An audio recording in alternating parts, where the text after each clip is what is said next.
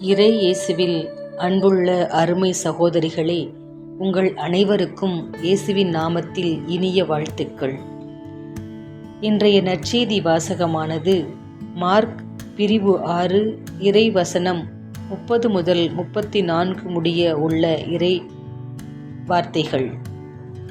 இன்றைய நற்செய்தியின் மூலம் நமக்கு சொல்ல விரும்புவது, இறை பணி செய்பவர்கள் எப்பொழுதும் உழைத்து கொண்டு இருக்க வேண்டும் என்பது அல்ல. இதனை சீடர்கள் மறந்து போனதால் இயேசு அவர்களை தனியே அழைத்துச் சென்று ஓய்வெடுக்கச் சொல்கின்றார். கூடவே அதிகமாக உழைப்பது மட்டும் பெருமையல்ல, சரியான நேரத்தில் ஓய்வெடுப்பதும் இறைவனுக்கு பிரியமானதே என்று கூறி தனிமையில் இருந்து இறைவனின் குரலை கேட்க வேண்டும் என்று கூறுகின்றார். நாமும் பல வேளைகளில் பல்வேறு பணிகளின் மத்தியில் இறைவனை மறந்து வாழ்ந்து வருகின்றோம்.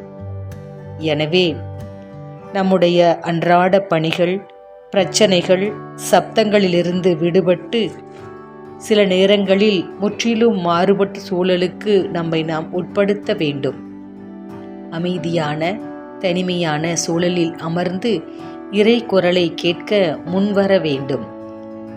இயேசு நம்முடைய கடின உழைப்பின் போதும் நாம் ஓய்வெடுக்கும் போதும் நம்முடனே இருக்கின்றார். காரணம், நம் பலவீனங்களை அறிந்த தேவன் அவர் ஒருவர் மட்டுமே. நாமும் ஓய்வெடுத்து நம்மை புதுப்பித்துக் கொள்ளும் போது இன்னும் பல பெரிய காரியங்களை செய்ய தயாராயிருக்கிறோம் என்பதை உணர வேண்டும்.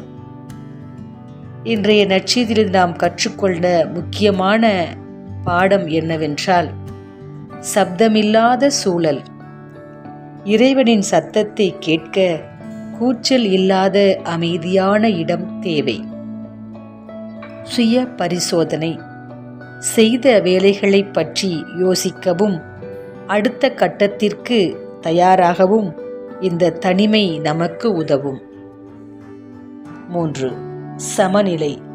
ஜெபம், ஓய்வு மற்றும் சேவை ஆகிய இரண்டுக்கும் இடையே சமநிலை இருக்க நாம் பழகிக்கொள்ள வேண்டும்.